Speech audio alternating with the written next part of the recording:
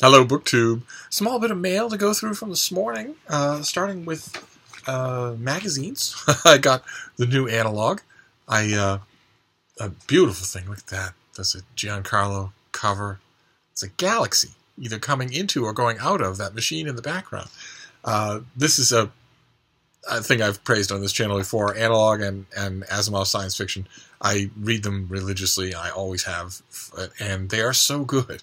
For what amounts to pennies per issue, if you subscribe, you get a square-bound publication that has lots of great stuff in it. Lots.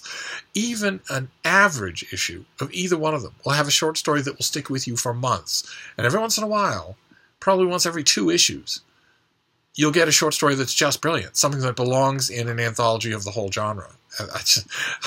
Mainly because the editorial teams on both are so strong. They don't provide you with garbage. So this is always a treat to get this. And then political magazines. There's the Weekly Standard, which I will try to ignore the front half, which is all about politics, but I know I won't be able to. But my gravitation will be towards the back. Toward the back of the book, so to speak, is where the book reviews are. And they're always there. In political magazines of all stripes, there are book reviews in the back, and they are usually in a good outfit. The Weekly Standard is a good outfit, whether you agree with their politics or not. In a good outfit, usually there will be a kind of blood brain membrane stopping the political stuff from influencing the book stuff. So you just get ordinary, great, top-draw book coverage in the back of these things. So what have we got for books this time around? Oh, The Man Who Made Movies, a big biography of William Fox, the namesake of 20th Century Fox, it's a big soup-to-nuts biography of him. How long is it? It's almost 1,000 pages long, and it's a really good book. Really good. There's only so much you can do in trying to renovate Fox's history, in trying to bring him into the light, because he was a deeply unethical figure. But still, best way the story's ever been told, or is ever likely to be told. Wow, that's great. A nice big review. Wonderful. Then something about the Olympics. A new edition of Chateaubriand's memoir. Oh, Malcolm Forbes reviews that J.M. Coetzee book of essays. Late essays is what it's called, that we saw on this channel. Oh, that's fantastic. Great.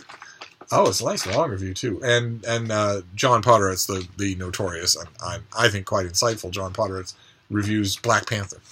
So we'll see what he has to say about it. My guess is that he will like it, because I don't see how even he could sit in the audience of that movie and not like it. But he'll have something to say that I don't predict, which is always fun. And then we have on the other side of the political spectrum, The Nation, which, again, I will try to avoid the political stuff at the front, because I don't want to hear about it either way. I don't want to hear anything either way.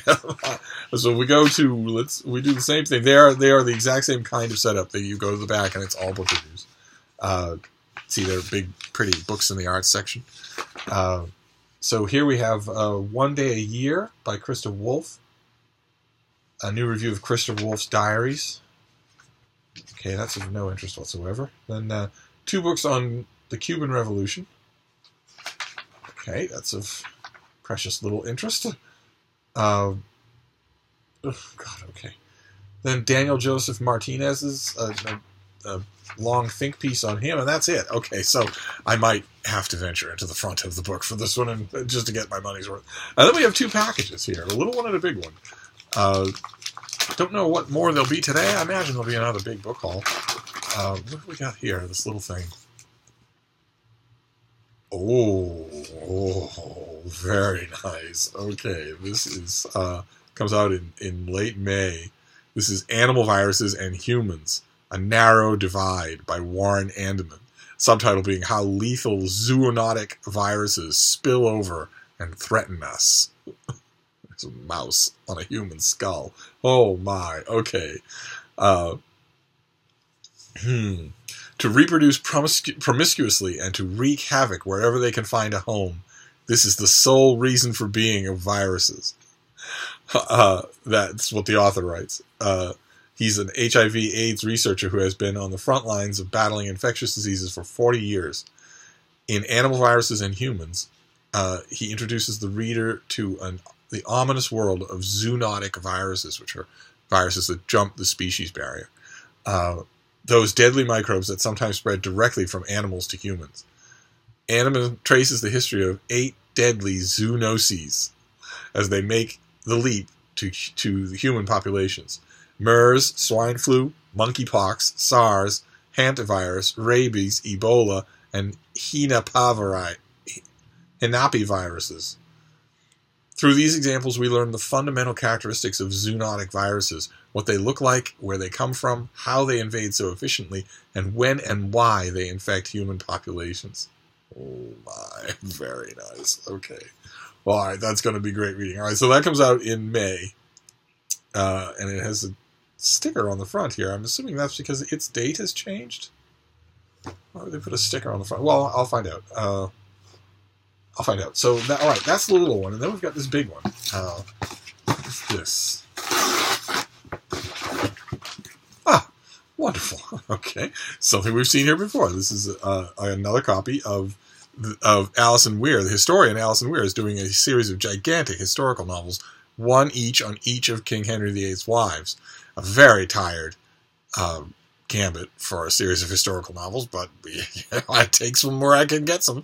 And this is about Jane Seymour, the pale and saintly young woman who was the mother of Henry's only legitimate male heir, and who was revered in his memory.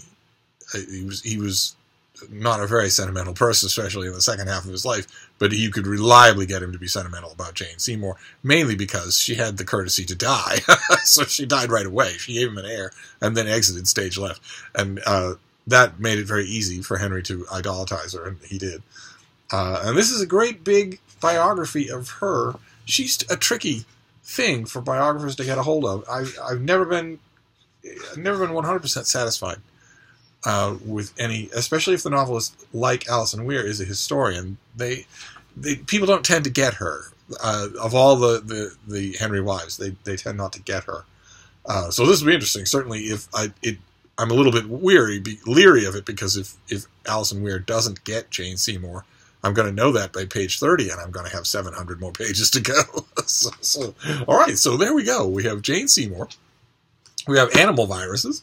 And then we have a bunch of magazines. There's the political spectrum, conservative and liberal, for The Nation and the Weekly Standard. We've got exact opposites.